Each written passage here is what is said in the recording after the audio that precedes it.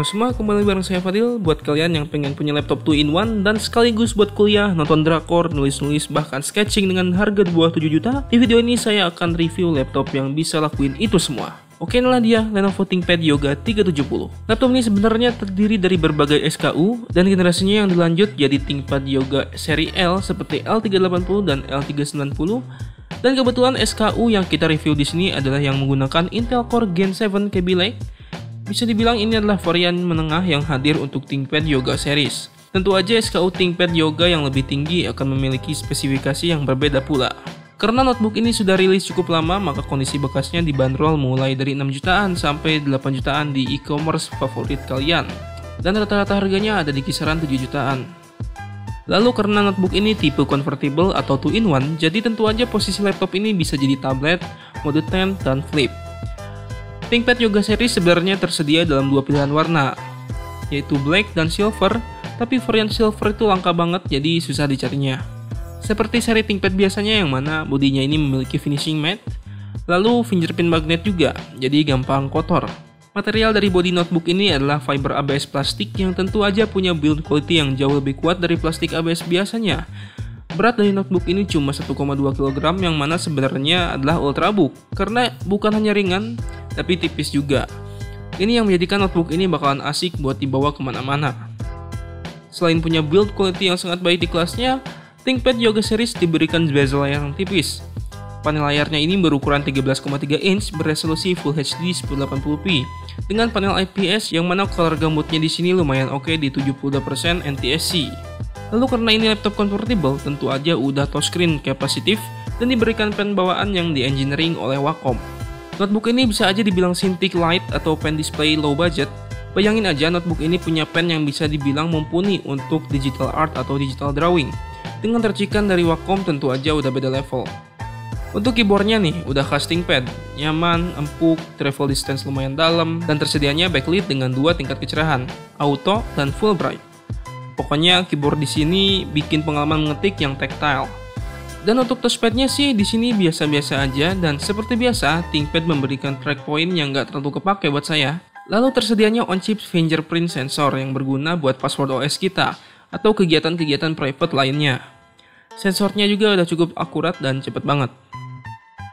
Kita beralih ke I/O port. Keputusan Lenovo menghadirkan USB Thunderbolt ini juga menurut saya cukup baik di masa sekarang, yang mana di sekeliling kita gadget udah pada Type-C, dan juga karena notebook ini mendukung Thunderbolt 3, jadi bisa buat connect device dengan interface Thunderbolt seperti audio interface high-end dan GPU eksternal.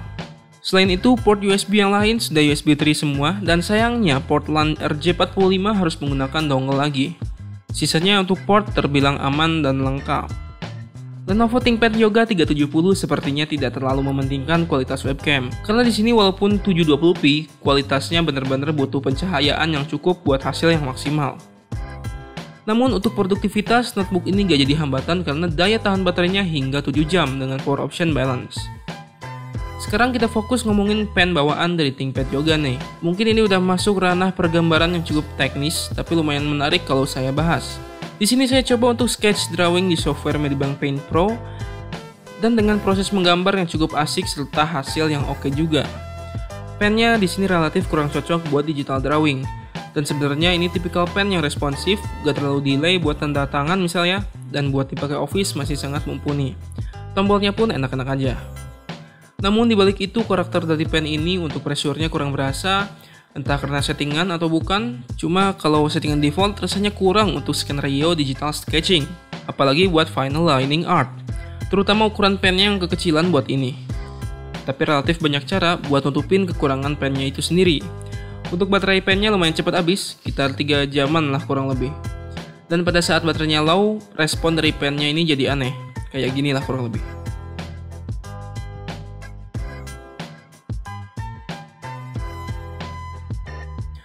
Oke, untuk spesifikasi dari notebook ini menggunakan Intel Core i5 7300U, GPU tentu aja hanya mengandalkan Intel HD 620, SSD NVMe 256GB, dan di sini saya dapat varian dengan RAM DDR4 16GB, yang mana cukup besar untuk ukuran ultrabook seperti ini.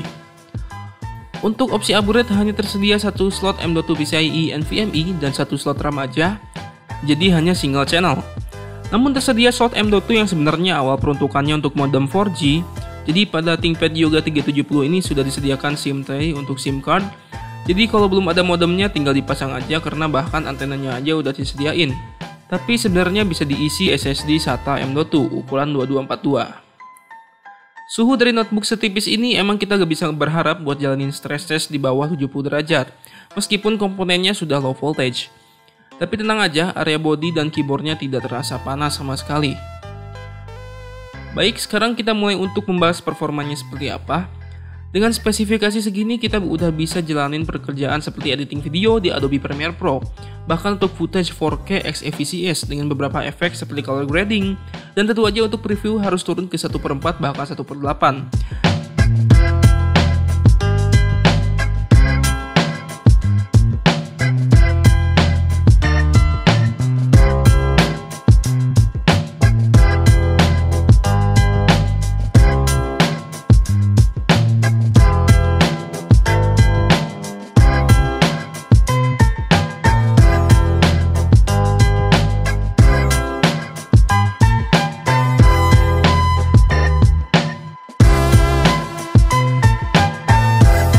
Sama halnya dengan gaming, walaupun GPU-nya cuma ngandelin Intel HD, tapi kita udah bisa jalanin Genshin Impact di setting very low dengan frame rate di 30 fps.